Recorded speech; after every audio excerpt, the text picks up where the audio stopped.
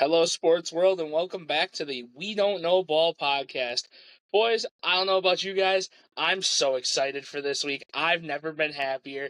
Something happened in the cosmos this week that's just got me feeling some type of way. But before we get into it, boys, I'm Justin as always. I'm here with Jules and Retro. How you guys doing? Great. Fantastic. I'm Fucking doing awful. I'm fucking awful. This week was Mariota's bullshit. winning the MVP and everything is right with the world. Yeah, I'm gonna fucking cry this week. Fucking trap games. The People, first step in especially the first step in the proclamation has happened. They have a like W. They have a W. That's yeah, one. special team. The That's special one. team. And before we get into it, my big thing this week, special teams this week. It is an NFL record for amount of blocks for field goals and punts. So shout out to all the special teams units that have won them games this week. So The that fact that that was Guys, rather the fact impressive. that you brought up special teams right away, though, I want to say this right now. If you are a franchise and your kicker fucking sucks, Atlanta still can't find a kicker. All these kickers are selling teams down the river. There's this man named Rodrigo Blankenship who we posted on TikTok. Used to be a pretty solid kicker in the NFL and still does simulated kicks. Sign the fucking man. He hits kicks. He has recreated every single missed field goal in the NFL through these first 3 weeks and drilled them. All of them. Also, if you do have a good kicker, send them a DM. Let them know that you love them, okay? Our kickers need love this week. It's kicker appreciation week, boys. Yeah, exactly. Oh, Exactly. God. Especially if you're the Dallas Cowboys. Then you should really send your kicker a love letter. Let him know that he is wanted, okay? Let Brandon Aubrey know that you're about to make him the highest paid kicker of all time.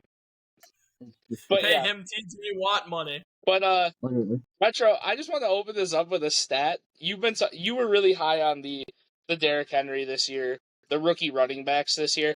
I just want to gauge something for you. Do you know who's leading the league on average yards per carry right now? I have no idea. Kermit the fucking Frog. Patrick Mahomes is leading the league in average yards per carry with 6.9. Shout out to Kashi. Unbelievable.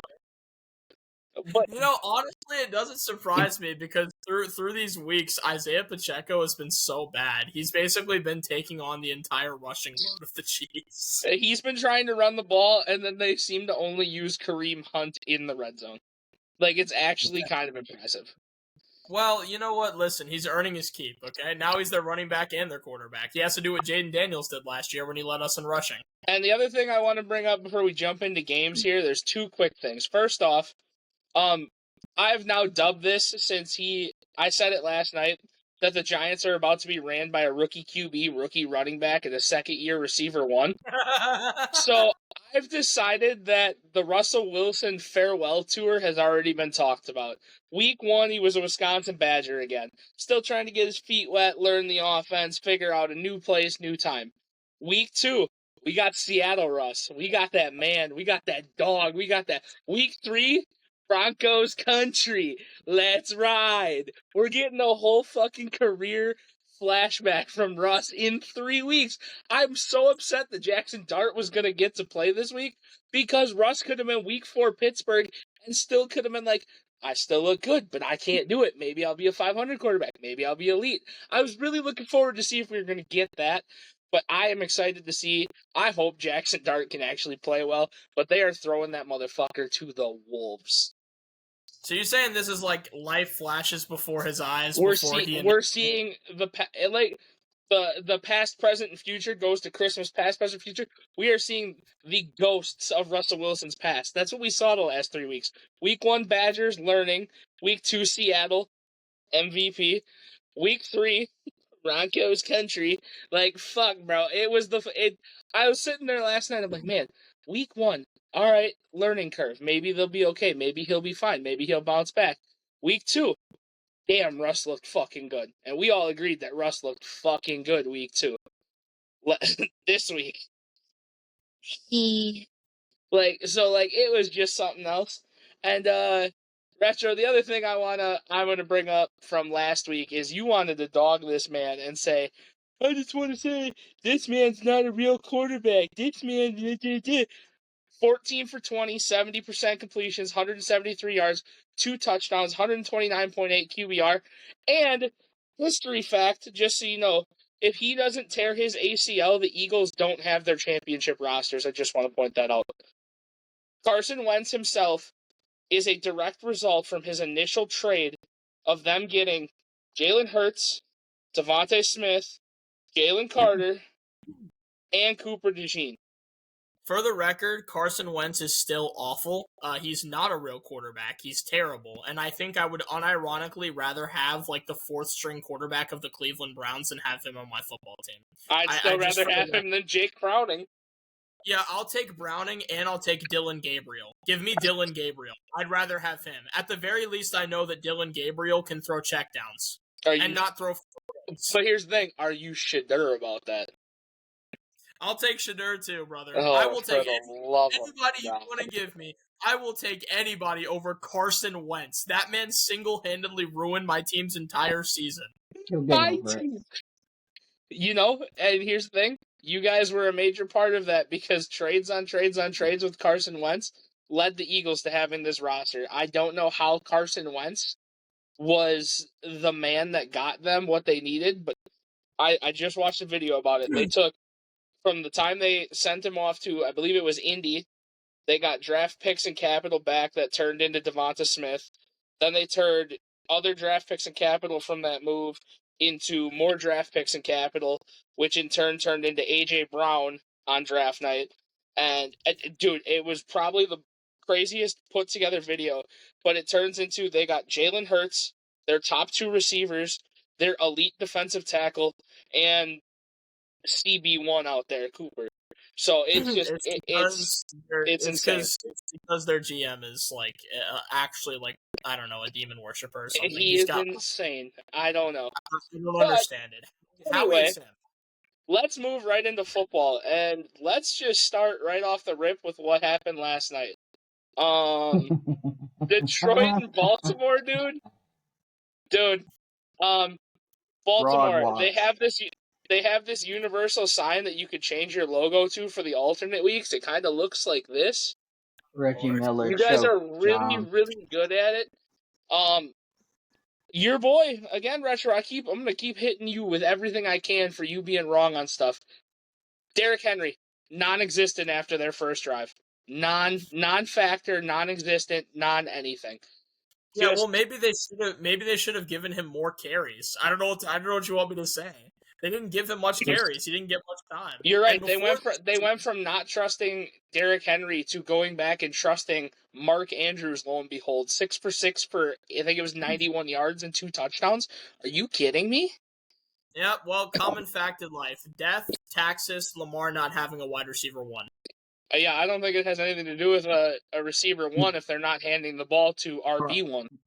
Brother, it doesn't have to do anything with them when the defense is letting up the most amount of points in the NFL. Like we talked about in the preseason when we're talking about this specific team that they are considered a super team and they are the favorites. They are. And they are now on the brink of 1-3. Here's the issue with that though: is it's not a hardball problem. The issue is hardball.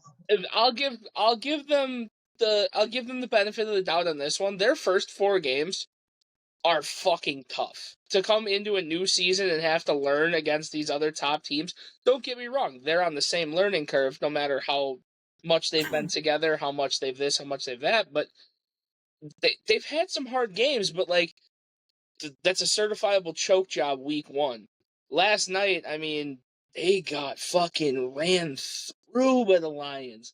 Lions' defensive front was crazy. They had 7 sacks. Sonic and Knuckles fucking went crazy on offense. They couldn't stop them. Like, And Well, oh, this is where I'm gonna. This is where because I'm trying to get people are trying to hammer me already. This is where I'm gonna take some credit. So people said that after the Packers beat the Lions, they were like, "Oh, well, listen, the Lions are mid. You know, they're kind of bad from last year. They lost ooh, their coordinators. A lot of people they lost their coordinators. They're not the same team. They lost their center. All of these things people were saying. After last night, we already know this isn't true. The Lions are 100% still a contender. It is absolutely, with 100% certainty, they are absolutely a contender. they We are learned they are not a contender. They are the contender. They and we learned are a the few team. things. I think from last night there was a few things we can glean, and we'll get into this. But obviously, the Packers' loss was a fluke because they beat that Lions team convincingly. So obviously, that's that's a fluke game. Outside of that, though, you mentioned Sonic and Knuckles doing Sonic and Knuckles thing, but David Montgomery had 151 yards on 12 touches. He averaged 12.6 yards per carry. That Ravens D line, that's a problem. That needs to be fixed. Also, the Ravens allowed 7 sacks, so the offensive line is clearly an issue too. I don't even know what you can do about that. If you're allowing 7 sacks, that's rough. And then also, the Ravens have allowed over 100 yards rushing in all 3 of their games now. So clearly the rushing defense is just non-existent. So if you're the Ravens, you got to be really worried. You've already lost to 2 teams that are going to be elite this year. Both times you're just choking, and it's like, at what point do you say, man, it's going to be another year where we're going to be really good, but just not quite good enough as per usual? Oh, here's the answer to that. They are, and here's where I'm gonna get some flack for the people that do listen to this. The Ravens are fraudulent. They are fraudulent. They play in, and I can say this because it's my division, they play in one of the softest divisions in football. They get to play the Browns twice. They get to play the Bengals twice. And now that Joe Burrow's not healthy, it makes it even way more significant. So the fact that they're going to get 4 free wins and should stomp my team twice is 6 free wins. You know, when you start with 6 wins off the rip, I mean, you should make the playoffs. If you can't squeak out 5 other games the rest of the season, there's a problem. So you frauds better figure it the fuck out. Your front line is abysmal. You've got name power. You don't have actual power. That's what you have. You have Madueke, who's off name power. You have Derrick Henry off of name power. You have all these guys off of name power. They need to start executing on the field, or it doesn't fucking matter what you look like on paper. Yeah, my notes for this. If you guys remember, almost like 11 or 12 years ago, the infamous Dream Team from Philadelphia when they got Vince Young, Nandi Asamoah, I forget the defensive lineman, but they had the name value, and everybody and their mothers that year were saying this Eagles team is loaded and they're going to easily make the playoffs. They end up going 4-12. So this, if they are on the projection of what, because they're playing KC this next week, and we'll get into the pick'ems at that time. If they lose against KC, that has been struggling, they're on fraud watch, and serious things need to be done because letting up 7 sacks. Granted, Detroit's defense is like that. I'm with it, but the execution, like Lamar still had a good game. Um, but it's to where the execution of where we expect somebody like a Josh Allen rising people like Keenan Coleman and what's the other kid's name? Khalil Shakir. Shakir. Yeah. Yeah. So it's like he doesn't have any wide receivers, but he's putting balls in the breadbasket and they're being able to do the things. Zay Flowers is better than any wide receiver on the Buffalo Bills. So Lamar is being able to do the No, things, no, no. but it's Hold not. on, retro. Hold on, retro. You don't get to do that. Off of value, star ability, and production. What should be happening? Yes, Zay Flowers is bigger. Give me Off of Coleman and off Shakir. off of Give me both. off of being no name players, and everyone's saying Josh Allen carries them and makes them look good. If you want to play the narrative game that 95% of the NFL fans, casuals or diehards, are going to say about it, you can't deny Yeah, that. if you're going talent, Coleman is objectively better, and I'd much rather have him. He's way more talented. And if you're going off of production, I'd probably rather have Shakir. So you could make the argument for both of them. I would take Coleman right now over Zay Flowers without blinking. I think would you take either of them over DeAndre Hopkins? Because DeAndre Hopkins has name value, Hopkins, and talent.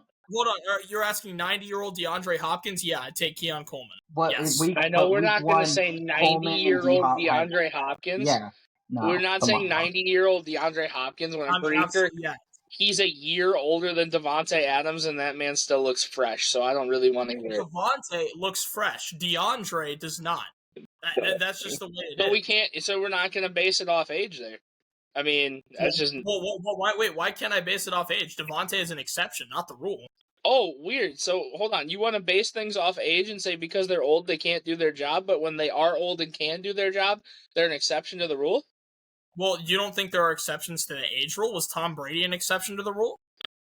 Players can play. It doesn't. If you can do the job, I don't care if you're 21 or 81. If you can do the job, you're going to do the job. He can't do the job because he's old. There are very few receivers that can do the job. I just think that the talent. I just think that the skill gap is caught up, and he's not a part of it anymore. But also, I agree about the skill gap. It's because he's old, so he doesn't have the skills to compete with these younger guys anymore. But he has the same skill set as other people. He's just not using it, right? Well, also that would be the argument. Oh, hold on. Also with this, because I saw this stat, is that Derrick Henry in the fourth quarter for his career now has 10 fumbles. That is a serious problem when it comes down to clutch time. We talked about father time and Derrick Henry beating those allegations. No, that's been a career problem for him, and it's seriously a problem when he's leading the league in fumbles next to J.J. McCarthy, who hasn't played a game in a week. So that needs to be addressed as well. No, I mean, absolutely. Obviously, he's fourth in the league in rushing, so can he still run the football? Yes, without a doubt. The problem is just the fumbles. And I don't even know what you can. I don't even know what you can really do about that. That's just kind of like he's just got to fix it. I don't know how he can fix it, but he has to, because relying on you should be able to rely on Derrick Henry in those clutch situations. That should be the guy you go to, right? That's like your go-to. Hey, we need 4 yards. We need 5 yards. We need them now. Derrick Henry should be that guy. The fact that we're looking at Derrick Henry carrying the ball in the fourth quarter as the equivalent of attacking Jalen Brunson on defense in the NBA in the fourth quarter when you need a bucket is crazy. That's actually that is such an accurate equivalent. It's so sad to think about, but anyway, I want to touch something here. So you want to say that DeAndre is overrated? Is that what we're going? No, not overrated, just old. Oh, speaking of old, out of shape, overrated, whatever you want to talk about, let's move to your team. Fat Debo caught on the opening kickoff return. Yeah, he looked great. Say what was hold on. He looked great. You want to pull his yards? Yeah, it was what a 65-yard kicker. I didn't know we were complaining about 65. I didn't know that you could. I didn't know as a receiver you were going to have more kick return yards in one play than you were the entire game. Yeah, well, it's a good thing that the first 2 weeks he led our team in receiving. That's great. So I'm gonna track back to something that you've made a certain little wager with somebody with this year. 1,000 yards? Really? Yep. Really? Yep. Where? When? How? When Mariota's running QB draws the next 3 weeks until JD5 is healthy enough to come back. Who needs him, actually? Honestly, I feel like you don't even need him anymore, bro. Jaden Daniels is actually overrated as fuck to me, and now I can say it to you. Jaden Daniels is a system quarterback because if Marcus Mariota can put up 40 in that situation, why the hell can't JD5 put up 40? So I really want to actually get your input on this. If JD5 can't put up 40, why can Mariota put up 40?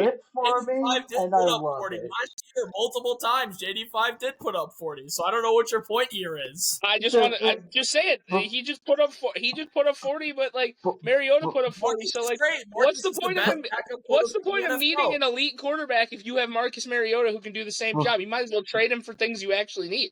We have 2 elite quarterbacks, okay? Before you guys go, I pulled up Debo's stats, and we're talking about projections right now. Projected Debo's 91 receptions, which is really good. less than 750 yards on the year. Retro, Listen, I'd like to argue a wager with you. I'd like to argue a wager. It's a point I brought up earlier in the show. If Debo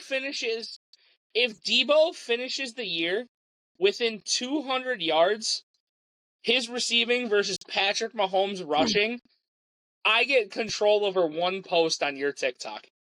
I refuse to make that deal because Mahomes might lead his team in rushing. I don't care if he's going to lead his team in rushing. I just want yard numbers, because right now Patrick Mahomes is on. I said this to Jules earlier. It had me fucking crying when I said it. Patrick Mahomes, bro. I mean, the league's got to look out. He's the next Lamar, bro. He's going to throw for 1,000 and run for 500. Dude, he literally might have Lamar rushing numbers this year. I'm not willing to make that deal. He's having to play running back for their team. I'm not willing to make that deal. No, I will give your team credit where credit's due. Bill was definitely the best rookie running back in this game. He looked good, but my note literally says Bill looked good. But who cares? They played the Raiders. Meanwhile, no Jules first. Meanwhile, please. Wait. No, time out. We're not done yet. We're not. No. This is about this game. I promise you. Yeah, it's about a certain player that I said I would leave alone. Roll out the red carpet for Justin. Mr. Ashton GT, please come to the front of the congregation. 3 games, 47 carries, 144 yards, 5 receptions for 3 yards. Can I say he's a fraud now? I'm going to write a letter to a team that's going to draft me, and you got to talk about a running back who's actually going to run the ball and be instant impact. Shut the fuck up. You are dog shit. I don't care if you play for the Raiders. I do not care that you play for the Raiders. You are a bum. You cannot say you're going to do all these things and do this. Sign a running back that's going to run north to south. How to fucking run the ball more than a yard. Oh my fucking God. I told you from the jump. Fraud. This guy had too much hype, too much this. Everybody wanted to glaze him to be the next great thing. Show me something, kid. You got probably 8 or 9 games left this year before they're going to sit you down for the offseason, because they're not going to take the risk on their early round draft pick getting hurt. Meanwhile, they're going to get a high draft pick, and they're going to go grab the number 1 running back in the CFB next year. They're going to do it again. So guess what, kid? Shine your shoes or figure out a new fucking talent, because you ain't going to be here long. I remember when before the draft process, I said Cam Scatterbo was going to be better than Ashton Jenkins. We all did. All 3 of us did. We said that was the number 1 back coming into this year, and it looks like we might actually get to be proven right. Well, and people were like, but Retro, you can't use quality of opponent in order to determine how good a running back will be. Who cares that he played against Utah State every other week? Who cares that he only played in the Mountain But when it's for Ashton GT, oh my God, throw the hands up, but he's Ashton GT. He's the best back there. He's so innovative. He stands up in the back. Bro, I'm telling you right now, I've never been so happy to watch a kid's future just start to crumble. I feel like such a villain saying it, but I can't believe they hyped this kid up to be like... I just remember hearing stuff in the draft. I'm like, oh my God, he's like an AP, LT, CJ2K hybrid. Like, he's going to be so good. You're Tyreek Cohen.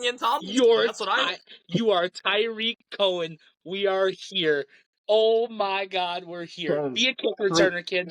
Be a kick returner. Three things. One, it's ironic. Like, I think the Raiders' offensive line is coming into parts with this, because watching film on this, I'm telling you that offensive line is not being able to adaptively try to change into a zone scheme. They're having troubles getting in low positions against 4-eye techniques and getting up to linebackers. Very simple zone schemes to where when I was running this shit in high school, we were being able to do that. And mind you, I'm small. I'm fucking 5'9", and I was like 185 pounds soaking wet. Way to block too. Yeah, zone is the easiest way to block. That's one. 2, because that offensive line is so bad, we can kind of equate Ashton Jeanty to that bad offensive line, but there's no excuses because you're picked as a lottery pick, so you need to figure that out. And then the second thing, with that in mind, the New York Giants offensive line is equally, if not worse, than the Raiders. and Cam Scadaboo's being able to figure it the fuck out. So that is definitely Not to completely. mention, Well, Josh Jacobs didn't have any problems. Yeah. And just to be super clear about that too, right? There was one name that kept getting brought up during the draft process.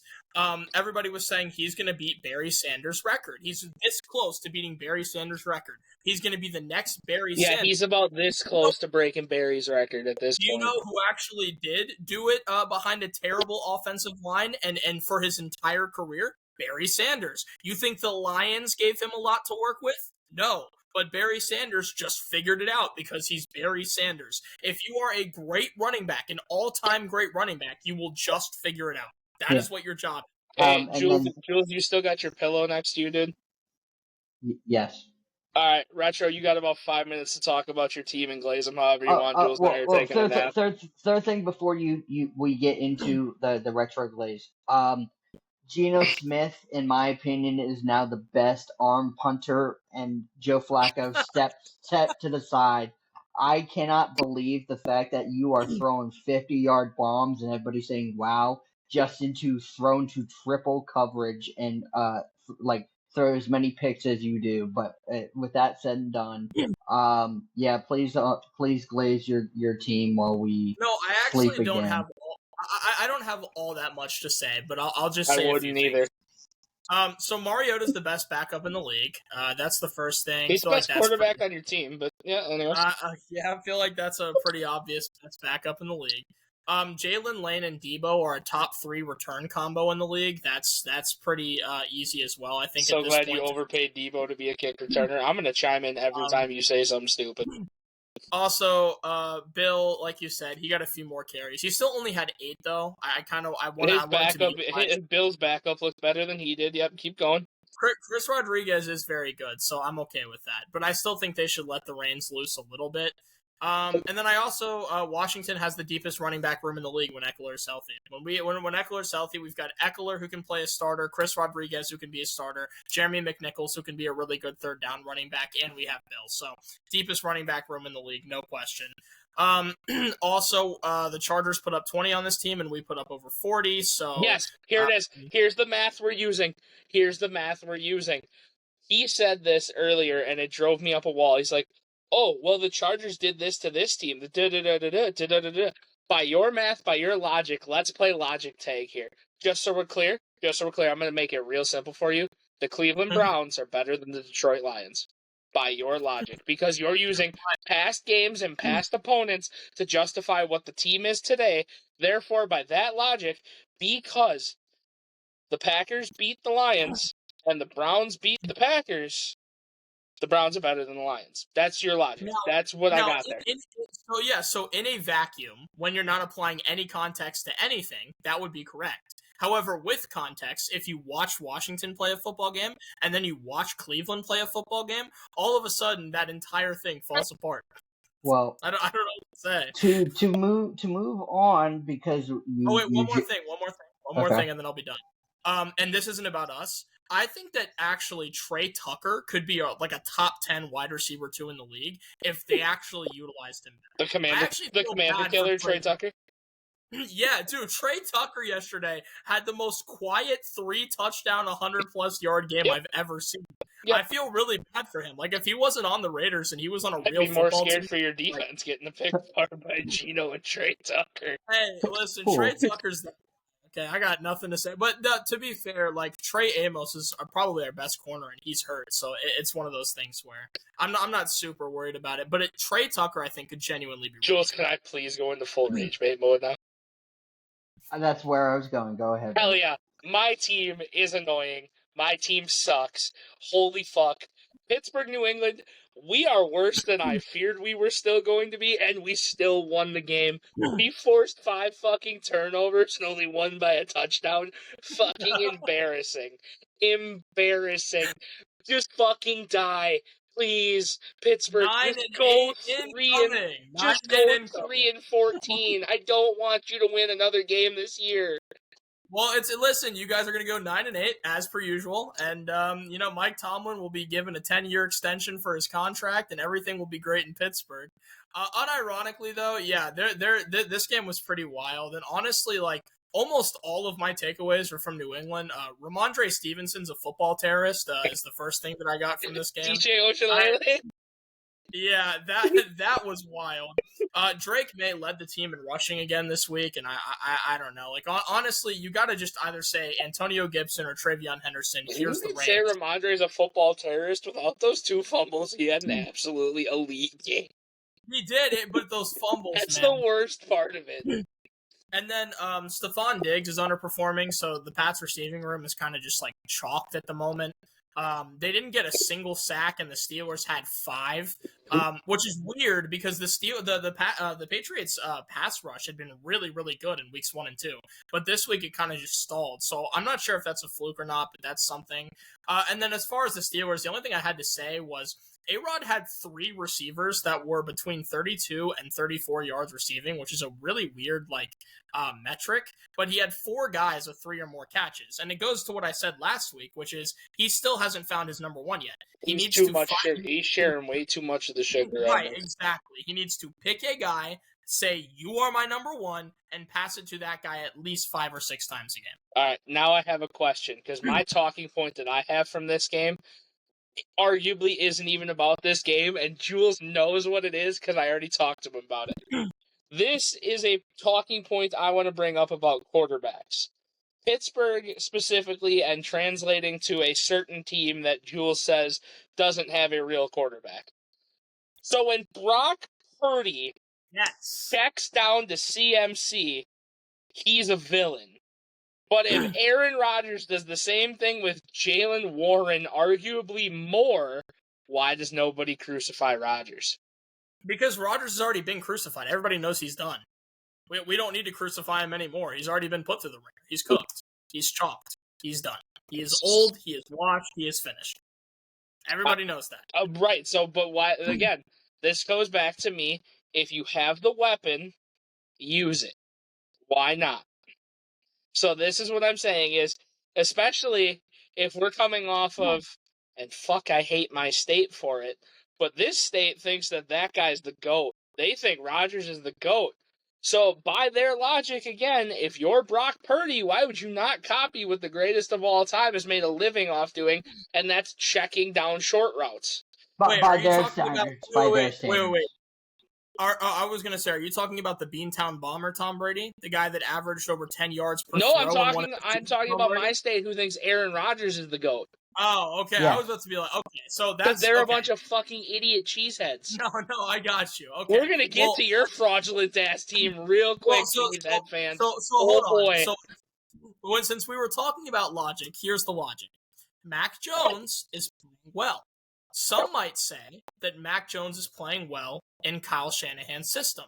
Mac Jones is playing well in Kyle Shanahan's system, and CMC has gotten 20-plus touches. Brock Purdy plays really well in Kyle Shanahan's system when CMC gets 20-plus touches as well. When CMC isn't healthy, Brock Purdy's numbers noticeably decrease. So one might say that Mac Jones and Brock Purdy are system quarterbacks. But by that logic, a system quarterback that everyone assumed was a system quarterback for the longest time is our GOAT in Tom Brady. Everyone assumed he was a Belichick merchant. Everybody assumed this. He went to Tampa and shut everybody the fuck up real fast. Yeah, well, Brady didn't have CMC. He had Deion Branch as his wide receiver 1. So I don't really listen. Okay. Whoa. Super Bowl MVP Deion Branch. Let's put respect. He had Deion Branch and Wes Welker, who he made both Hall of Famers. And Chris Hogan, bro. He made Chris Hogan look like a legitimate wide receiver too. Yeah, so that's all I got, bro. I'm like, Pittsburgh sucks, and they're way worse than I thought. If you give 5 forced turnovers and you win by 7 in a 21-14 game, There are no questions that you can ask that are going to fix our fucking franchise. Before we move on, Justin, again, because I was deemed as the villain of picking guys going 6-11 or wherever it was. After watching this game, do I have any validity in that statement to help you out? Because again, Steelers fans Absolutely are on not, my because neck. we forced 5 turnovers against a dog shit team that hasn't showed any promise throughout the first 3 weeks, and we still won. So no, that has no validity. We will finish 9-8 or 8-9, maybe even fucking 10-7, and I will cry. And I will cry. that's where I was trying to go with it, is that I'm trying to do you a favor. I care about you. Don't do me any favors. I care about Don't you. do any I favors. care You about don't you. do favors. You don't care about things that don't care about you, which is why Pittsburgh fans should just stop watching Pittsburgh play football. I cannot wait until we get to the draft and it's with the 16th overall pick, the Pittsburgh Steelers. I hope select. we get our shits pushed in Dublin by the Minnesota Vikings and Carson Wentz. I really do. You know what's funny is you're probably going to start out with another win, and then you guys can drop a couple, win We're a couple. probably going to win this game 38-17 or something unbelievable, and Rodgers is going to go crazy in Dublin, and then he's going to go get absolutely fucked up at a local bar. That's literally what's about to happen. Dude, I can't wait to see the Carson Wentz experience in Dublin. It's going to be beautiful. He's not even going to make it to game day, dude. He might not. If I were Carson Wentz, I wouldn't play. It would save face. Anyway, let's...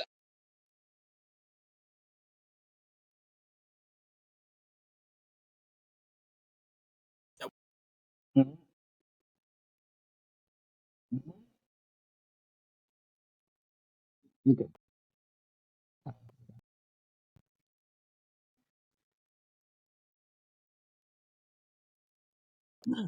Fuck both of you.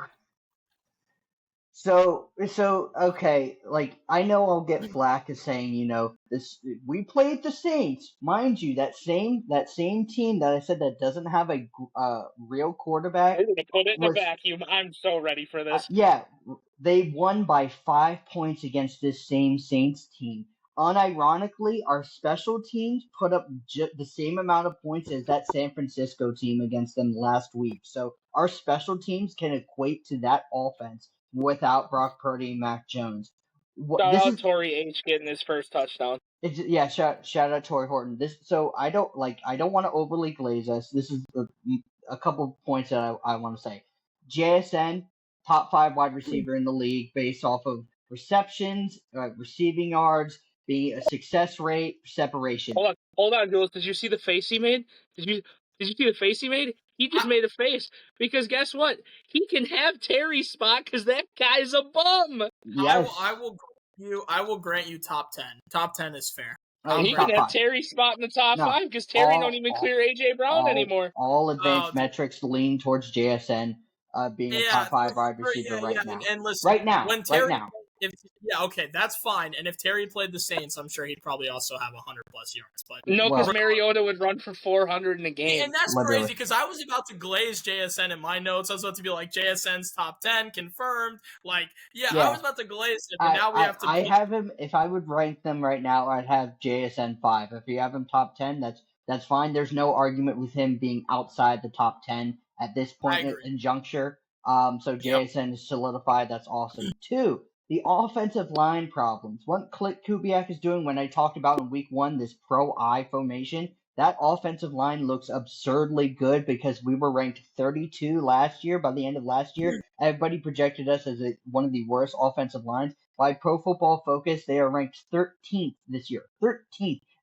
Almost a 20 rank upgrade within a year with only Gray Zabel as the upgrade on the offensive line. That's incredibly Jules, impressive. I don't want to hear it, bro. Your source also has Sam Darnold as the number 1 quarterback.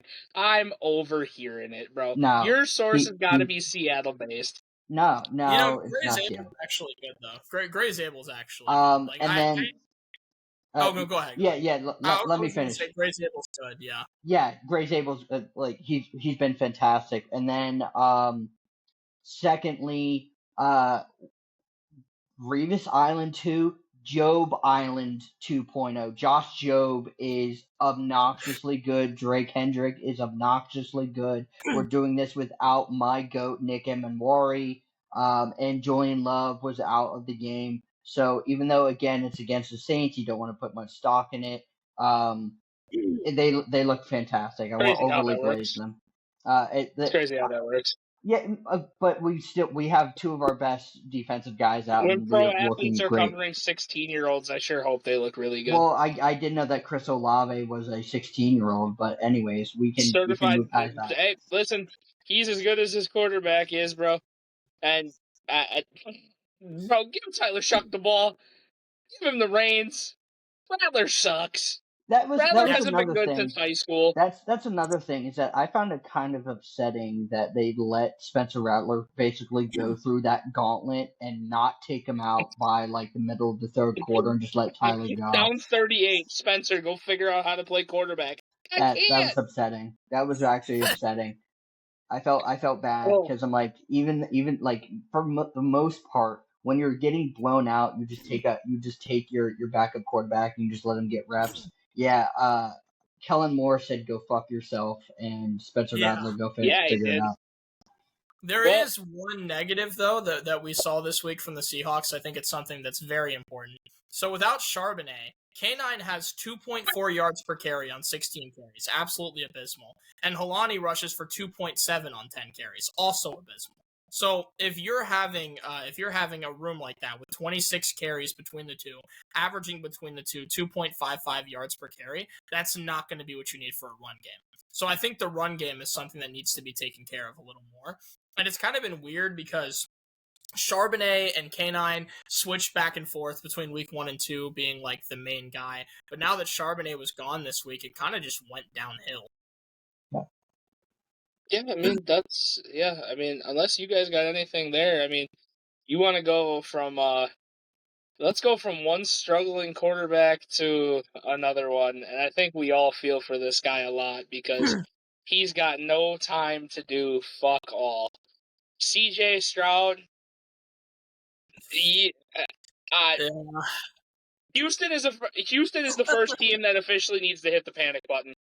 Houston is the first team that needs to break the panic button. This is one of those Apollo missions. Houston, we have a problem. Houston, you aren't the franchise.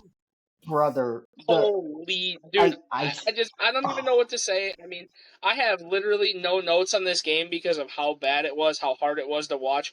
Like, CJ has no protection, no line.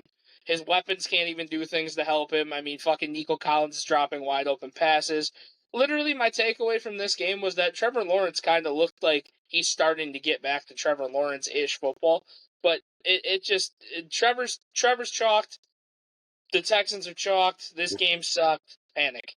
I only have 3 takeaways, and I'll let Jules take it away. The only things I had here were maybe CJ Stroud year 1 was a fluke. We'll have to see, but that's something that I think is unfortunately something that we have to grapple with. I like CJ Stroud too, but we that's something.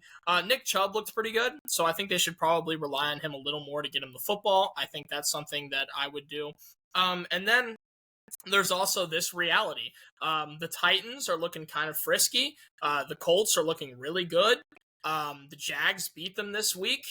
Jags starting out 2-1. Is there a reality where the Texans finish last in the division? Maybe. So yeah, I'll let Jules take it away. I was on record of literally just putting the Houston schedule as my prediction because of how bad this division is. I'm looking like a fucking dumbass and looking like I don't know ball. Shout out to our podcast. And this is where I'm starting to get concerned. I always equate it to the Justin Fields situation in Chicago. They take away their offensive line. Justin Fields is running for his life. Now CJ Stroud is having to run for his life. And the fact that the matter is he's having to have less than 2.5 seconds in the pocket when there's a 3-step drop of needing 3 or 4 seconds, even though it's a 1.5 seconds at most. That's still enough time to progress. He cannot go through his progressions at all. He just has to throw it up to Nico Collins saying, "Where the fuck are you?" Because I have nothing in front of me. CJ Stroud, the whole fraud watch thing is legitimate, but I will say there's context to it, and it sucks that this is now the reality. I was a believer in this, and I thought that CJ would be able to overcome the offensive line issues. He's not. I don't think any QB can. And I feel so bad for him that he's being run through the ritter like this because I legitimately think he's a good QB. And it's looking more and more by the day that this shit's chopped. We are at a point with CJ Stroud that we are at with Joe Burrow. The only difference is that CJ Stroud hasn't gotten hurt yet. They need for their careers to be saved, they need a new team. They need to move. They need a change of scenery, or their front office needs to give a fuck about their well-being. Go back to the Houston Oilers. I don't give a fuck. Please. Well, with CJ Stroud, it reminds me of. I'm pretty sure this was it was David Carr, Derek Carr's brother. David Carr was with the Texans, and they basically just he got sacked so many times so early in his career, they just rolled him into the ground, and that's basically what this feels like. I'm done with this game, dog. I can't talk about it.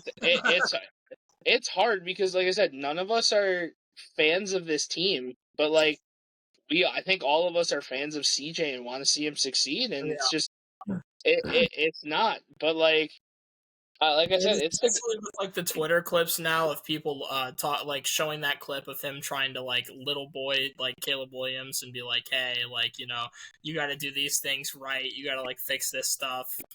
I feel like it's we're gonna see that a lot after every loss for CJ, and you got to feel for the guy a little bit.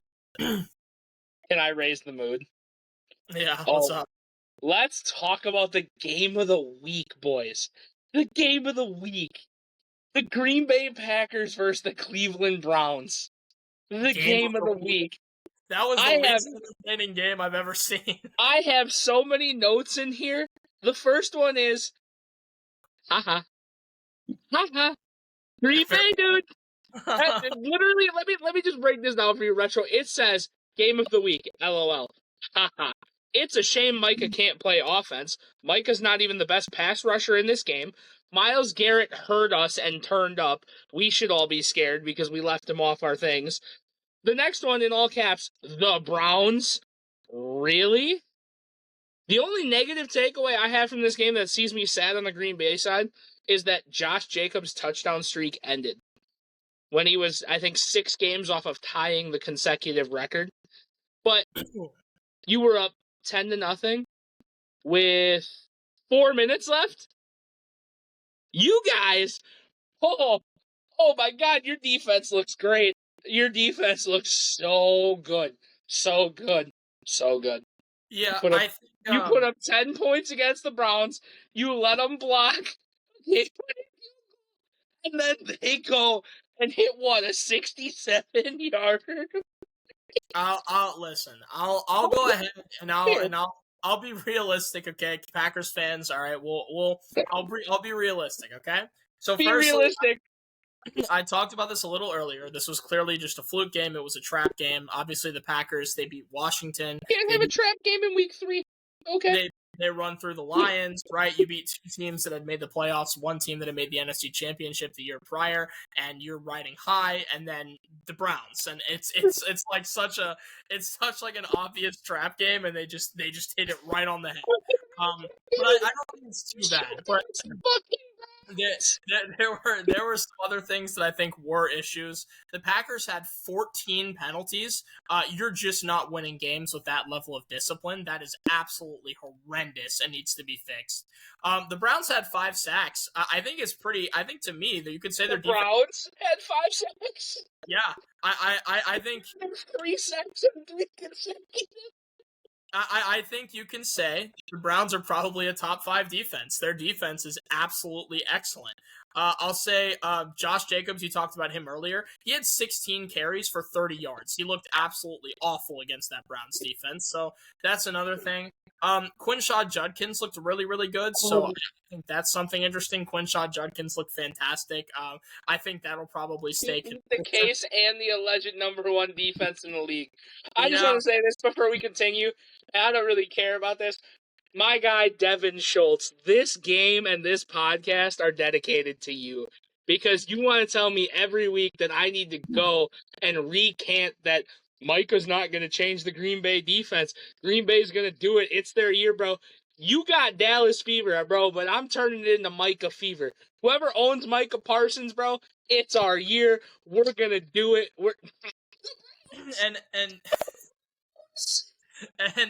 then I'll just have a couple more things. I was before the draft process. To me, I said Harold Fannin was my number 1 tight end above Tyler Warren. No one really looked at Harold Fannin. But this week, Harold Fannin had another solid game. I think him and Njoku are probably the best tight end duo in the league behind Andrews and Likely. So I would say to me they are absolutely phenomenal. I think just to end here. I think that another thing that we saw was that Tucker Kraft's breakout season kind of a little bit ended short this week. I don't know. He might. He had 1 game. You're so. I'm just saying he might. Like Packer fans, do not do that. Just because your guy had 1 good game, bro. Oh my God, I'm gonna turn into something crazy. You sound like Cubs fans now. Ball gets hit up in the air because it's Windy City Wrigley, and it's a pop up to the second baseman. But as soon as contact is made, it's gone. It's hit 120 feet. Do not give these guys credit. They just lost to, I don't care, top 5.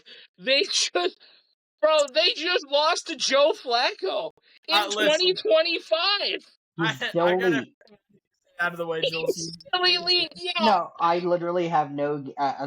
I share the same kind of retriment that Justin has, but for our audience here, that is outside of YouTube, Retro brought this to our attention off screen before. I don't know who you are, but Jalen or whatever, you predicted them going 10-0. You're an idiot. We can move on. Hey, yeah, no, Jalen, you know what 10-0 was, bro? 10-0 was the score with 4 minutes left, and you guys turned into the Ravens, bro. Oh my God! Pathetic. He said that he would rather have Garrett Nussmeier than Jalen Hurts. And can we just talk about the fever dream that was Sunday? Jordan loved this. Can we just talk about the fever dream that was Sunday? Joe Flacco, Marcus Mariota, and Carson Wentz. Wins in 2025. We're so back. But my God, with this it's Jalen 2014 and I'm feeling myself, boys. What's going on? With this Jalen Hurts point, I want to move swiftly into this game because my notes for this are absurd. Same. So Jalen Hurts, unironically, because now every defense is stacking a 8 to 9 man box with Saquon. And Retro, we can get credit for this because we both predicted that Saquon wasn't going to have the same year. It's very hard to duplicate something even close to that. Jalen Hurts with a really good offensive line is still being able to task what it is tasked for him. Again, it's so weird with the NFL community specifically that, you need to be carrying your team, but when you have a super good team, then you get all the hate in the world. But when Jalen Hurts needed to do the most, he's throwing the ball to certified top 4 wide receiver in A.J. Brown and be able to collectively go down in the clutch and make this somewhat of a ball game. I regardless of how you feel. No, we're not ducking it. He just tried to quote it. What are you trying to quote, dude? That AJ Brown, AJ Brown's better than Terry McLaurin. AJ Brown, hey, you know what AJ Brown does when you talk about Terry McLaurin? He puts this shoulder up, and then he puts this shoulder up, and he drops them because he don't care. AJ Brown is better than Terry, bro. I was on your side. We 3 weeks in, bro. Terry ain't even the best receiver 3 on somebody's team. We are done. Well, it's funny because nobody was talking about this because AJ Brown week 1 and week 2 had 20 yards nothing. each game. Yeah. So it's like, as far as that's concerned, like nobody was talking about AJ Brown, but now that he had one good game, obviously that there's going to be. We'll talk about Terry when he has one. Yeah, well, he did. He had 75 yards this week. That was a solid game. Mid 75 yards. He had Marcus Mariota. 75 yards. No. He had Marcus Mariota as quarterback. He's playing with what he had. But the best quarterback on your roster, bro. Figure it out. And Justin, I don't want to take this from you, but what's a worse choke job, a 26-7 lead, or the Baltimore Ravens in Week 1? Because Rams, even though you might win the division, that is very concerning. Yes, your defense is very young, but when you go up against powerhouse NFC teams, you're gonna have to keep clutch. And I did bring the choking thing up to you beforehand, but I want to get into some points here that I just have to. First off, I think the Rams, regardless, going into halftime, were head and shoulders the better team. And I think we all agree. Yeah. But the second half, dude, I hate to be this person to say it because I'm one of the people that doesn't, bro. The Rams stood no shot. The refs helped the Eagles in the second half. We have a false start on the tush push. Would they have pushed it in eventually? Probably. Don't care. There was another tush push in, I think, the late third quarter with an early whistle where a linebacker actually tore the ball out of Jalen Hurts' hands. That's a turnover. There was offensive pass interference on A.J. Brown's touchdown catch. Quinshawn Mitchell had a DPI against Devontae Adams that went completely uncalled. Not to mention the at least 12 to 13 missed holding calls throughout the game. I hate it, but when you can blatantly see it, Devontae Adams literally put a full chest shot into Mitchell and then fell down and caught the ball. A.J. Brown, same. I don't know what to do here because I watched this game and I watched the replay of it, and it's like it's highlighted more in the abbreviated game on YouTube of it. Like you can see everything go wrong. I actually feel bad for the Rams here, and I want Philly to succeed because I like Saquon Barkley. I do. I like Saquon. I like Cooper DeJean. Like, Jules and I talked about it. For as much as we hate the Eagles, there are individual players on offense and defense that we do want to see succeed. But when they're going to win games like this, I want no part of that because that was unbelievable. Yeah, I guess just for what I found from the game, Jalen Hurts, his clutch factor is extremely underrated. He looked awful in the first half and just locked in the second half. He did everything he needed to and more. There are so many people posting memes about how he was a running back after the first half and how he was terrible, but then second half flips a switch and just locks in. We already talked about it, so I won't go too deep into it, but A.J. Brown did look like A.J. Brown again. Saquon averaged 2.6 yards per attempt on 18 carries. It's like what Jules said. It's just when everybody knows how good you are and you're stacking that box every play, it's going to be hard to get motion, and that's kind of the way that it is. Blake Corum was utilized a lot for the Rams. He averaged 6.6 yards per carry on 8 rushes. Michigan great Blake Corum. No. I saw that smirk before you even fucking said it. Michigan great Blake Corum. I will say, I think the Rams should probably utilize him more. Him and Kyron can be a really good running back duo if they decide to utilize him a little bit more. The Eagles only had 1 sack. The Rams had 4. I think the Eagles' pass rush needs to be a little bit better than that. They've got to get more sacks. Obviously, they won the game, but it's one of those things where if you play them again, I don't know, and that's the last thing that I wrote. The Rams Stafford had all the time in the world to deliver the ball. And the last thing I wrote was the Rams are clearly good enough to beat the Eagles, obviously. So should the Eagles be worried if they have to play them in the playoffs? Yes, they should. Last year, they almost lost to them, too. Well, to touch on that as well, I don't think that they are good enough. The team that actually is good enough is ironically who they're playing this week, and we'll find that out once we do the pick'ems. But Tampa Bay is the team to beat Philly. Listen, I would love to see Baker Mayfield in a Super Bowl. That would just be fun. Baker's a fun. That would be aura. My only other note for this game is Why did Philly trade for Tank Bigsby when they've had their RB2 and Jordan Davis just chilling playing fucking nose tackle? Dog. That motherfucker took flight on that. So again, That dude was moving. So I Didn't lived in. Jordan 4.640 or something, or like a 4.740? It was like a 4.7 to 4.8, and mind you, that was when he was over 300 pounds, and he That was lost 40 pounds ago. That was 40 pounds ago. He was running a 4.7. It was like a 4.73. Dude, he's a generational athlete. Just for the record, for all my Washington fans, if there are any watching this episode, do you guys remember when we had him and Kyle Hamilton on the board, and we decided to trade down and draft Jahan Dotson instead? Because I do. Dan Snyder, you, sir, are a football terrorist, and we will never forget what you've done. Okay? Yeah. I just want you to know that. You are convinced there are a lot of acts of terror this week. Yeah. And listen, every single person collectively across every NFL fandom ever can agree Dan Snyder is a football. Dan Snyder's 100% on that list. Yeah. Yeah. And I, again, being from Philly, like, I do think out of the two Georgia guys, I think that Carter has a higher ceiling. But to be honest with you, I think Davis has a higher floor because of how he can provide that not even pass rush, as a run stuffer amongst himself. I think he's one of the better ones in the league. He's probably, if we were to rank guys like run stuffing, he's probably within the top 10, probably on the lower side. But his athletic, he's just an athletic freak. I've been a Jordan Davis guy for a while, so shout out to him. And he had a really, really cool moment to win for that team. So shout out to him. All right, can we move on to the most depressing game of the week? Yeah. What's what? I don't even know how to even Atlanta, bro. What happened, dude? Atlanta. Young you guys Ho were Koo, on the up bro. and up. The curse of Young Ho Koo starts today.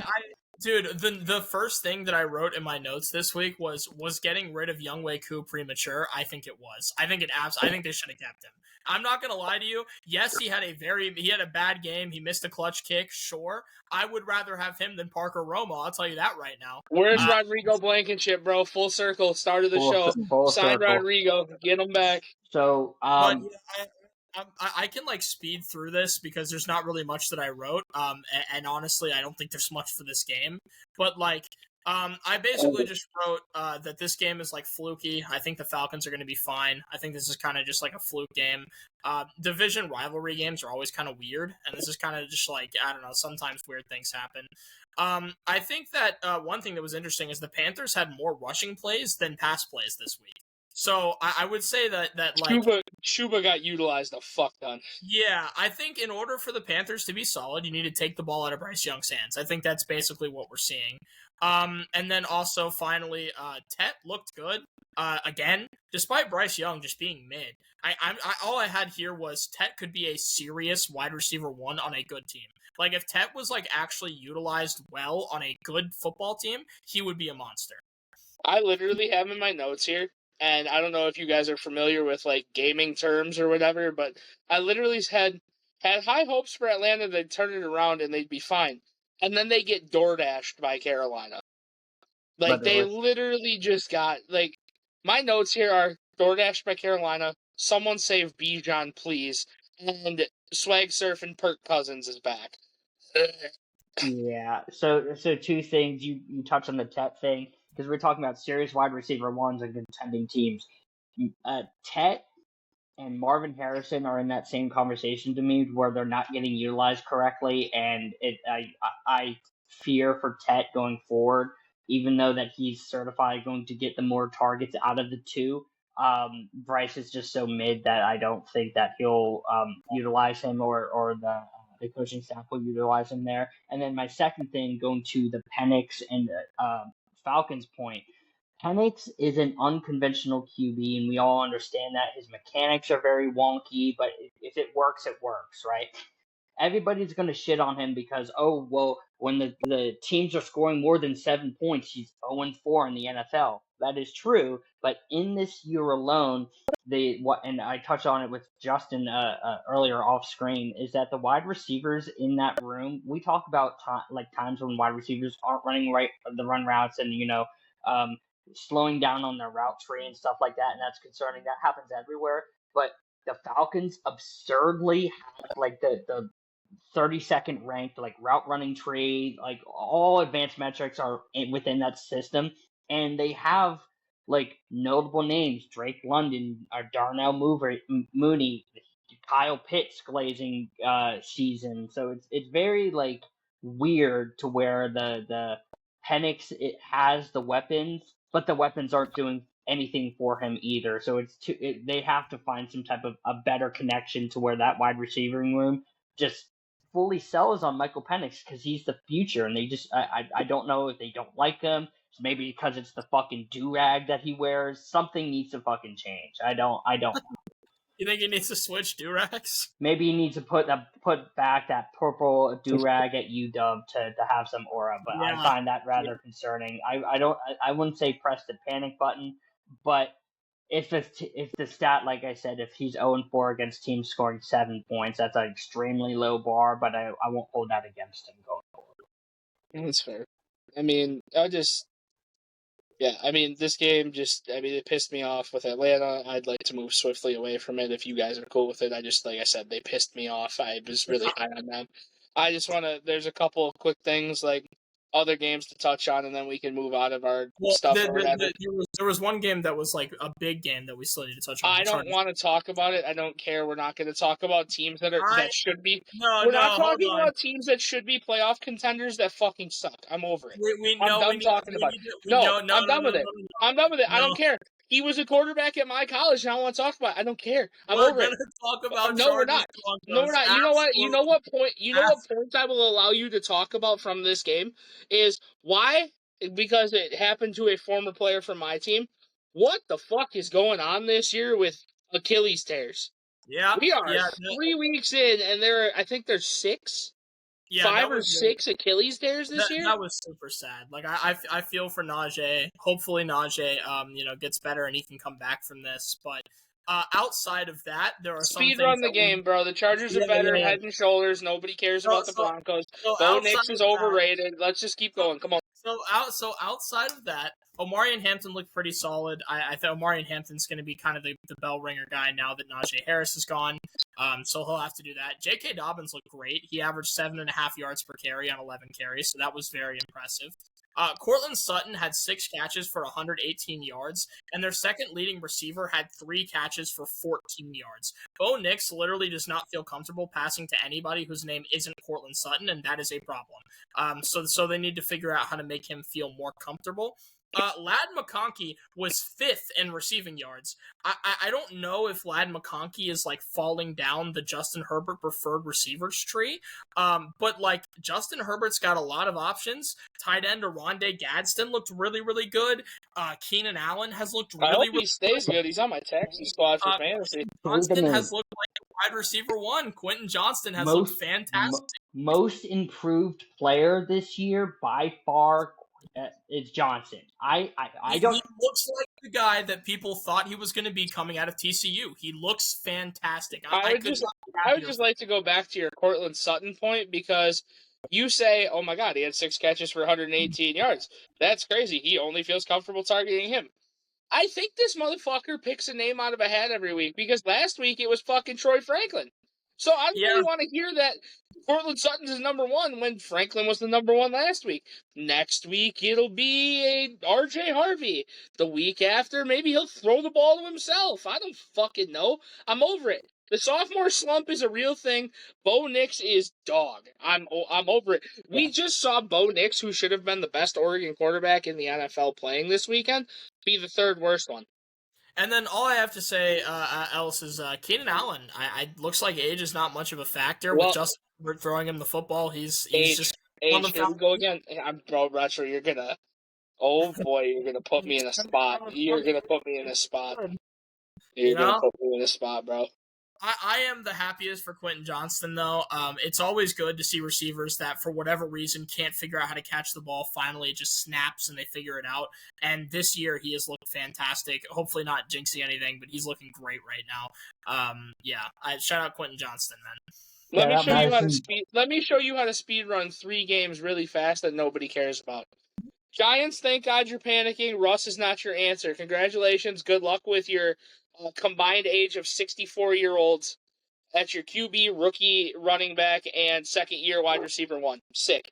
Kansas City, you won a football game this weekend. You should still probably hit a panic button because you guys looked like fucking dog shit up until halftime. Yeah. And the third one, which is by far the most important thing that happened this week.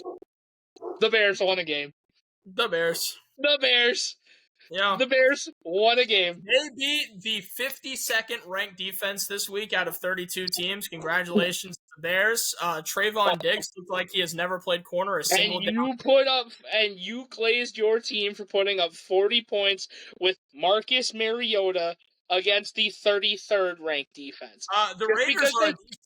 No, they are not. They no, they're 20 against the Chargers. They are a decent defense. Whereas the counterpoint is the Cowboys allowed 37 by Danger Russ. Okay? This Cowboys team cannot play defense. Their defense is non-existent. I told you, bro. We saw Seattle Russ. You got to let the farewell tour play out. That Cowboys defense is chalked for the Cowboys fans that I talked to that said your floor was 9 wins. Holy cow! Wake up! Snap back to reality. That's an Eminem. The ceiling is 6 wins at this point. Yeah. Dude, it's bad. Quick thing. The only note I said for the Chargers game. Shout out Madison Beer. You got a hunk of Justin Herbert, certified top. Justin Herbert settled for Madison Beer. I'm saying it now. 6'7" NFL quarterback, good-looking dude. I don't give a shit that you look the way you do. You hit the jackpot, girl. Good for you. He now has 2 300-yard games in the season. Shout out to you. You're breaking the Jim Harbaugh allegations because you're having to carry that fucking team because all they want to do is run the ball. And now you're saying you're audibling everything and saying, no, I'm better than that. I'm throwing the ball to 87-year-old Keenan Allen. Jim Harbaugh's a winner. Go fuck yourself. Second, for Chicago, the only notes I have. I was going to say, he didn't win much before he cheated. Exactly. He cheated at the college level. It doesn't count. Most of the students are too to be able to play. Chicago, you looked good defensively, getting a whole bunch of turnovers in that fourth quarter, regardless of Dak or Joe Milton. So shout out to you. I can give you your praise. But they're not in any conversations yet. It is the first step in the right. What is the best way to start a long journey? With one singular step, and that's what happened on Sunday. It is the start. Okay. So when you say step, do you mean you moved from here to there? No, I mean they started here, right? And then they took 5 steps back the first 2 weeks, especially with the Minnesota game that was 4.5 of the steps. And now we're back at the starting line. So we're 1 and 2 at the start. No. We're 1 and 2 at the starting line, and now we're gonna go 4 steps back. It's like you took 5 steps back, now you're 4 steps back. No, because offense and defense look good, and they each get to equivalent to steps. So I'll give you 2.5 steps back. The San Fran Arizona game, that was fucking chalked. The snooze fest. Holy shit! Well, rip Nick Bosa because he tore his ACL, so he's out for the year. So that's serious problems for San Fran. But if they already weren't in hot water. Arizona, you choked that game. You guys should have won that. You let that young defense should have not let them basically get in field goal range. Kyler Murray, you're a fraud and still forever a midget. Go fuck yourself. Call of Duty's coming out soon, dude. Call of Duty's coming out soon. Black Ops 7 looks real cool, so be ready for double XP weekend. True. What was the other game that I had?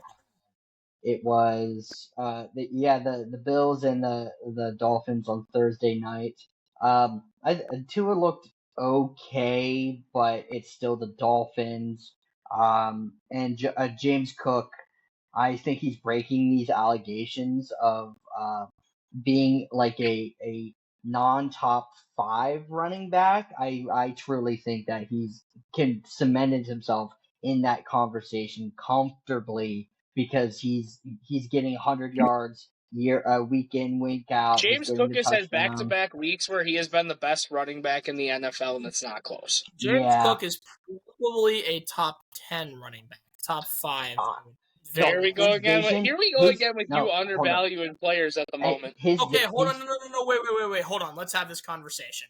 Bijan, Saquon, Jameer, Derrick Henry, Jonathan Taylor. Which one is as of right now? He's better than Saquon. As of right now. As of right now, he's better than Saquon. As of right now, this is not the totality of the work because Saquon is greater because of that. Sure. But I'm just right now. As of right now, the top 3 running backs in the league are James Cook, This is Jonathan Taylor. It's not how we evaluate top 5. Who would you rather have on your team, Saquon Barkley or James Cook? Right now, James Cook.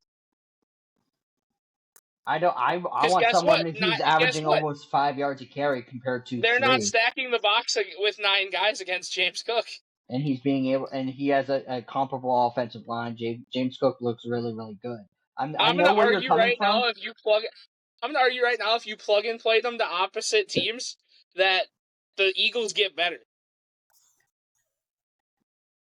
Retro, I know where you're coming from with that. I know why you're doing that face. I'm literally just in the vacuum of right now, not talking about what they just came from.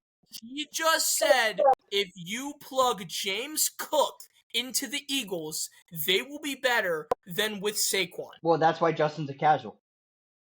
That's it. That's it. Just curious. Eagles fans, I just want y'all to know Saquon is still the best running back in the league, and I understand that. Okay? But when I say Saquon's the best running back in the league, no, it's chalked. It's Derrick Henry. So I just want to know where your actual Retro, we got to stay consistent here, buddy. We only do consistency here. So right now, that is the question. Right now, in a vacuum, is what we're talking about. Right now, would you rather have James Cook or Saquon Barkley? Who's got better numbers? Who has better numbers? Right now. It is right now. The question is, who would I rather have? The answer is right now. It's right now.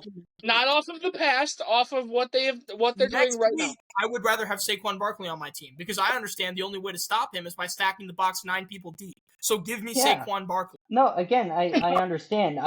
This is going back to it. I think it's a vacuum. I would take James Cook because I think he solidified himself in these conversations. I will take Saquon 10 out of 10 times when we're not talking about it in a vacuum.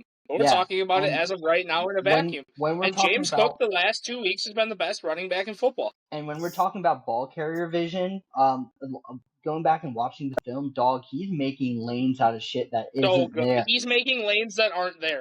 Literally. That's why I say he is a top 10 running back. I think he's better than he has to be in this conversation, dog. I think, personally. And if you disagree, you disagree. I don't want it to be. Yeah, it's one of those things. Honestly, it's not even that's driving me insane. It's the fact that he just said that if you plug and play James Cook into the Eagles and Saquon into the Bills, a vacuum right now, if you plugged him into the Eagles system, yes. And then finally, shout out Indiana Jones. You are in MVP talks after week 3. So if I told you that Indiana Jones, Daniel Jones, Danny Dimes has more total yards than Josh Allen, has a better passer rating, and 1 less touchdown. I would love Daniel Jones to beat the Rams next week because then we'd be in the best reality, I think.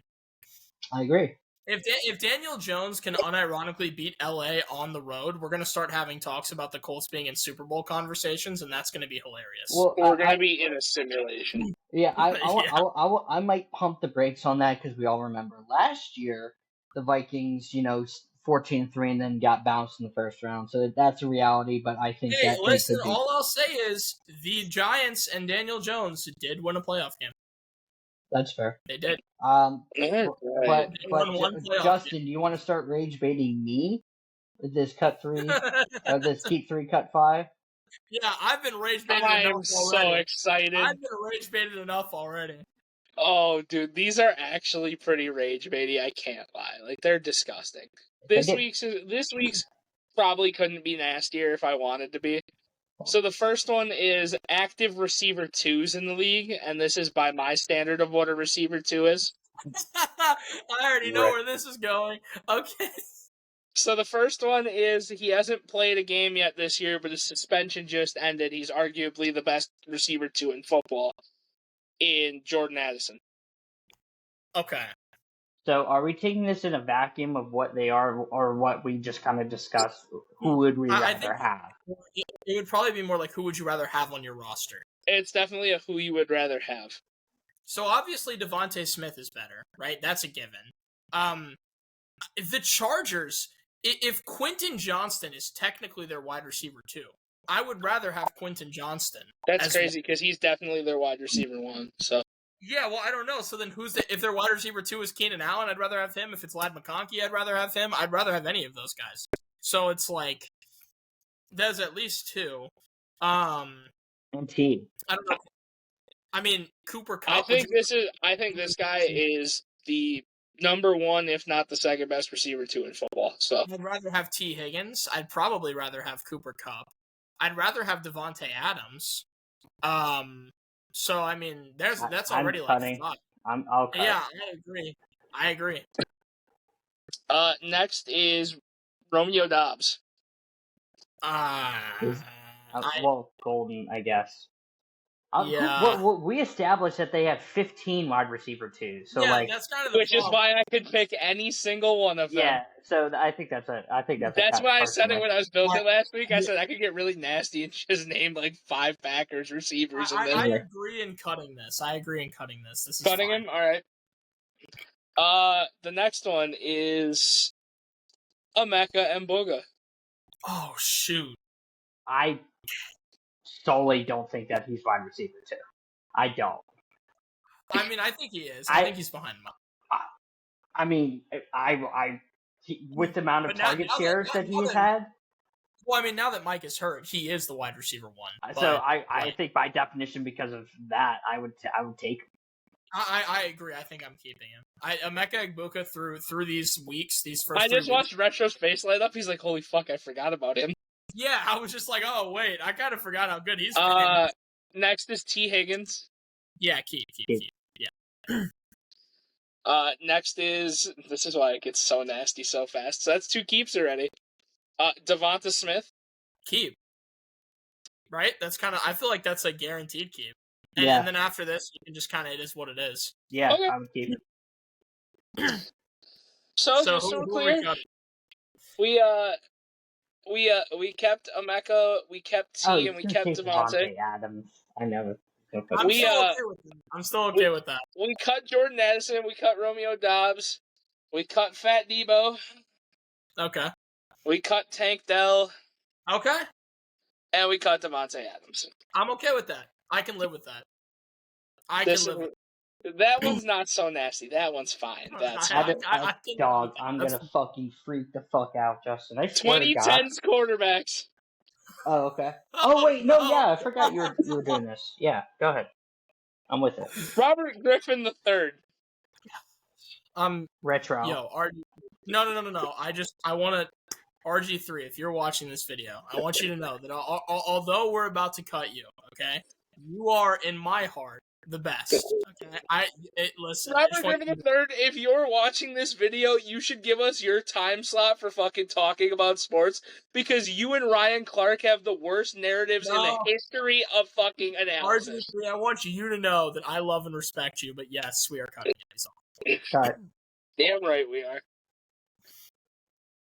Next is Matt Ryan. Keep. I would keep. Oh, I already know what this fucking going down. Oh my God. Oh my God. Next is Phillip Rivers. Oh shit. Oh no. We have to cut Phillip Rivers, no? There's just so many good 2010s quarterbacks. You had to cut Matt Ryan too. No, Matt Ryan needed to stay. Matt Ryan's too good to cut. Okay. I'd rather have Matt Ryan than Phillip Rivers. Jules' face, dude. This is bad. This is I know where he's fucking going. Mistakes were made so much right now. We chalk You've got so many. Like Tom Brady's gonna be on here somewhere. Like 100%. Nobody puts. No. I don't know. We'll cut Phil Rivers, to be honest with you. Okay. Peyton Manning.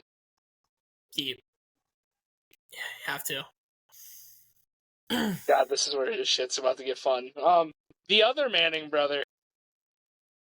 Retro, I'm winning this. I'm not backing Eli down from my Manning. stance. So There are plenty of others, Retro. I know, and I understand. The thing is, I understand the necessity. Okay, Ben Roethlisberger's still on here. Tom Brady's still on here. All that stuff, I get it. So we have to cut him.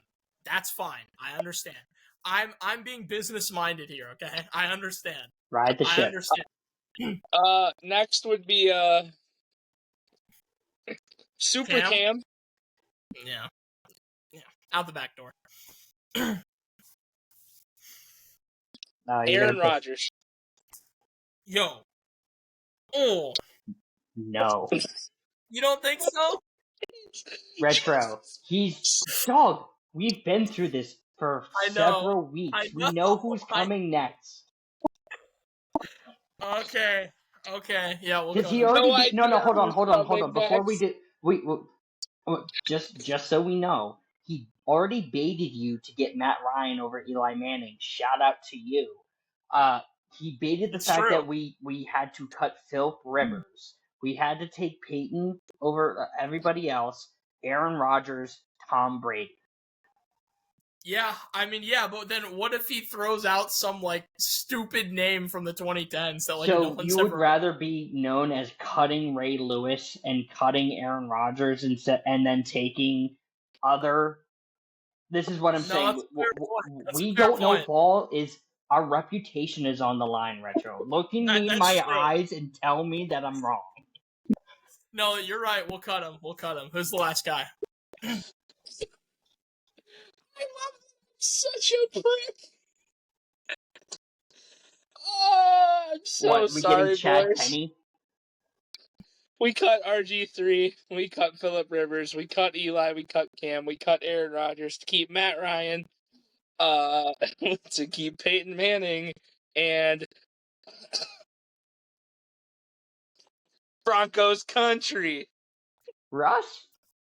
That's right. That's not fucking horrible. I mean, that is horrible. Over A-Rod, bro. We just cut Aaron Rodgers for Russell Wilson. Biasly. I mean, again, who hung up 40? I don't give brother, who put up 40 against the fucking Packers in 2015 to go in the NFC Championship? Shout out Jermaine Kearse. That's the second time I had to fucking I was do about that. to say, shout out Jermaine Kearse. Shout out Jermaine Kearse. That catch All is right. still All right, Jules, here you go. And yes, Eli should also be there over Matt Ryan for anybody. All-time NFC West. All-time NFC West. Okay. We did your division the first week, mine last week. It's Jules' turn. Okay. The first one is Aaron Donald. Keep. That should be automatic. Keep. Yeah. Next is Sean Alexander. Jules, you understand what we have to do. Listen, Retro. You understand what we have to do, dude. You understand what we have to do right now. Who else at the running back position set the record for NFL rushing yards for a season and won MVP? That's great. He had really good season. Give me Marshall Faulk over that guy. And Eric Dickerson over that guy. And then also, if we're talking other positions, Torrey Holt, Isaac Bruce, I would take both of those guys over him all time.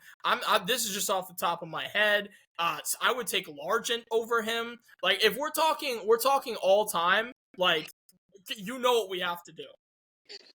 You know what we have to do. Not me and Retro both posting this clip later just because of Jules' face and his brain and heart simultaneously breaking. I just had to cut RG3, my childhood hero. You're cutting Sean Alexander. RG3 fails in comparison to Sean Alexander. He is my childhood hero. I had to watch him tear his ACL on live television and cut him. One's winning MVPs, the other's a Rookie of the Year merchant. Oh my goodness! We'll cut Sean Alexander. Good. Larry Fitz. Keep. Mm. No, Jules. No. What? What do you mean no? Jerry, Joe, Steve. Oh, this is my favorite. Whoa, hold on. Steve, are you putting Steve Young over Larry Fitz? All time, yeah. I'm taking Larry Fitz. Larry Fitz has less. He has more. I hope you know I love doing our podcast, but this might be the best thing we do. More tackles than he has drops. Give me Larry Fitz over Steve Young. Steve We Young start posting this as a separate video on the YouTube channel. And then, oh my god, top 10 quarterback all time. He's struggling, and Larry Fitz is a top 5 receiver. Larry Fitz is better than Steve Young. Now, Joe Montana and Jerry Rice, I can grant you that. But we just let go on A-Rod, and we got hosed for Danger Russ instead, okay? So realistically, that is a hoe. No, it's not a hoe. You and I both know what we need to keep Larry Fitz. It doesn't matter who he throws, okay? I'm not going to be noticed you missed out on Larry Fitzgerald. I don't care if he throws out Montana and Rice. I want Fitz. I'm going to need an answer. No. I'm going to need an answer. Jules, heads or tails? Tails never fails. Okay, flipping the coin. All right, well, it's tails. So we're cutting Larry Fitz. Everybody watching, know that I tried. Patrick Willis. I would cut him. Yeah. Shout out Patrick Willis, though. This is where shit just gets nasty. Steve Largent.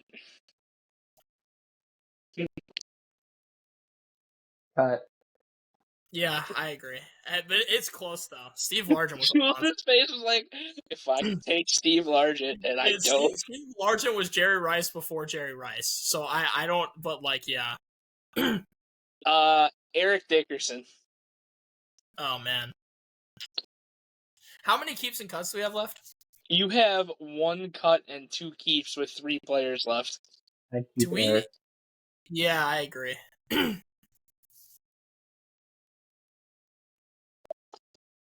Pat Tillman.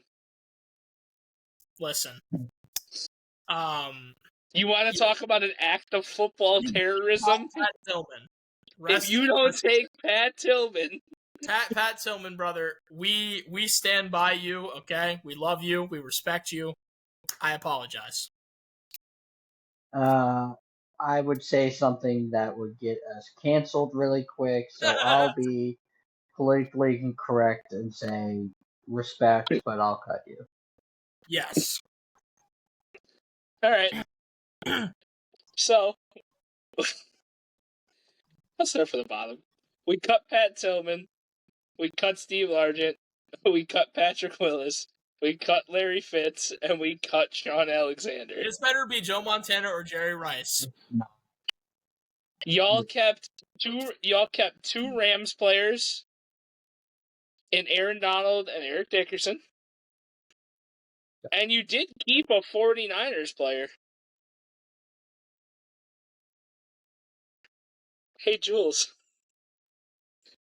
Hey, Jules. Who's that quarterback that you really, really like? I'll fucking end this right now. I swear to fucking God I will. Quarterback that you say can't play quarterback without his certain. There's no way you put Brock Purdy as the last player on this keeper cut. Chat. No, but to watch you two panic for a second was pretty fucking funny. Jules hard skipped 6 beats there. He stepped forward and he goes, "What did you say?" Y'all got to keep Ronnie Lott. Okay, you know what? All right. Hey, you know what? Oh, dude, hey, Jules. Retro, what? I was what? Good job. It was his face when I said that quarterback. For the record, Fitz is better than Dickerson. I'll grant you that. I'll grant you that. Just so we're clear, Jules was about to end We Don't Know Paul forever. Yeah, If it we was were Brock about to be Purdy. done. If We that were was about to Brock be Purdy. you would have, dog. You would see me. I have a window to my left here to you guys' right. Gone. No, don't finish that. All I know is That you would have cut been even funnier. You would have cut Sean Alexander and Steve Largent for Brock Purdy, and that would have been the greatest clippable moment in history. You could have gone like Deebo Samuel, 49ers Deebo Samuel, and you could have done that as well. You could have done some crazy. Dude. I literally have Roddy Lott and then in parentheses say Brock Purdy. That's crazy. So now that I alluded my aneurysm of the fucking week, what's our fact of the week there, Justin? Our fact of the week? Oh God. Besides our fact of the week that Brock Purdy is a system quarterback. Our fact of the week, since my goal of the week was just to continuously shit on the Packers, I'm gonna stick with it. Our this day in sports history on 9/23 in 2018, 39-year-old Saints quarterback Drew Brees throws a 17-yard pass to Michael Thomas to become the NFL career pass leader, breaking Brett Favre fraud record of 6,300 completions as the Saints beat the Falcons 43-37. Okay.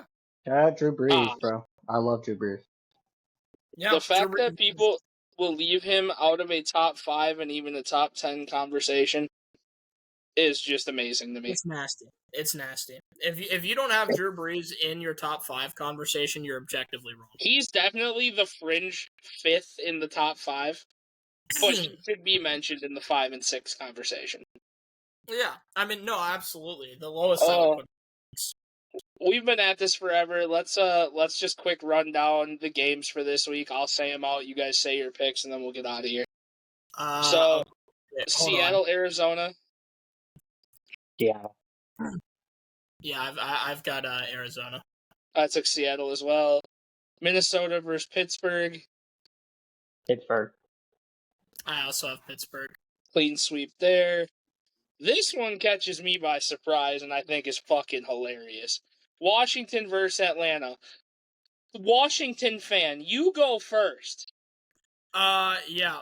So I picked Atlanta. I think that Panthers game was a fluke. And I think that basically what's going to happen is next week they're going to bounce back. And last year we beat the Falcons to get to the playoffs, and it was like a huge game. And I think I think they're going to want it more than we will. And I don't know if we're going to have JD back. We might not, and the game might be too big for Marcus. And they're at home. There are too many factors I can't ignore. All right. So anyway, typical Reddit opinion. I have Washington. I have Washington. I'm not even going to touch this game. It's a clean sweep. The Chargers play Danger Dart. Anyway. Danger Dart. Danger Dart. Tennessee versus Houston. I'm taking Houston, but if Houston loses this game, there are going to be serious problems. At this point, I need to ride with this team until the ship is fully committed to basically death. I'm picking Houston. Got it. So, their loss this week, they were on the door. Rose let CJ's hand go. He sank to the bottom of the ocean. Give me Tennessee. It's over. Philly versus Tampa Bay. I'll take Tampa Bay. Tampa Bay. Yeah, I'll continue to ride with Philly until they show me a reason not to. Carolina versus New England. New England. Carolina. I also have New England. Oh, you riding high on Carolina is disgusting. 5 turnovers, bro. A JV team versus Buffalo. Yeah, this is nasty that the Saints have to go against the Bills. This is nasty work. Yeah, Buffalo. Just as bad as the game behind it. Cleveland versus Detroit. Yeah, Detroit by 50. Detroit. Jacksonville versus San Fran. San Fran. Sure, Jules. Jacksonville. San Fran. Jules just doesn't want to see the 49ers succeed. He doesn't, but it's okay because you're just a fucking hater. Daniel Jones versus the LA Rams. Yeah, so obviously the correct pick here is the Rams, but I'm picking the Rams. Daniel Jones. Indiana Jones. Indiana Jones. Dude, I hope so. If they win this week, which I hope they do, it's called a streak. Chicago versus the Raiders. Yeah, I picked the Raiders. This is a 50-50 game, and I just picked the Raiders because they're at home. Chicago. Baltimore versus Kansas City. Kansas City. The 1-3 bowl. Give me Baltimore. Can both teams lose? Yeah. That's a good point. I got Baltimore, but can both teams lose? The Micah homecoming. For even though he won't say it, the hater hat truly belongs to Justin with this team. Give me Green Bay, even though he's picking them. I also picked the Micah homecoming to be successful, and I picked Green Bay. I'm going to pick them, and I'm going to say exactly what I said last week. Give me Green Bay by 1,000,000. Please, Lord, let it happen again. Again. And Cowboys fans out there, just so you guys know, every single team not named Dallas is preying on your downfall this weekend. Just want you guys to know that. Yeah. Just so you know, Cowboys fans, I am your biggest supporter this weekend. Please give the Packers back-to-back losses against teams that are certified dog shit. Anyway, the Jets versus the Dolphins. The Jets. The Jets. Yeah, I'm gonna spin on that thing. I'm gonna take Tua and the Dolphins. Give me Tyrod by 50. Cincinnati versus Denver. It should be Denver. Fucking Denver. Should be, and God, I want to take Jake Browning, but I can't.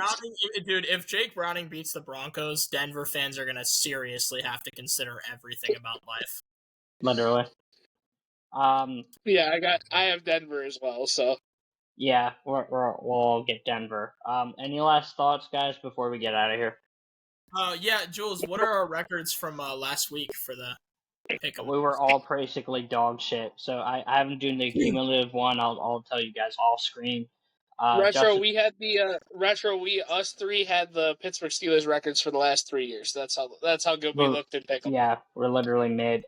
And I think so 8-7, 8-7, and Retro, I went 9-6. You were 9-6. So we all had pretty bad picks last week. So we talked about last week being the separation. We all finished within a game of each other. For fuck's sake. But this week might be another separation week. Yeah, until nobody separates. Yeah, so with that, guys, the fact that we're all going mid, that kind of accuses us of not knowing ball. So again, that's our conclusion of our episode. Justin, Retro, and myself, Jules. Please sub to our YouTube, like, share, subscribe. Follow us on TikTok, our individual accounts. And with that, we'll see you all at the same time next week. Go Bears. Fuck you. Terry McLaurin's better than Jerry.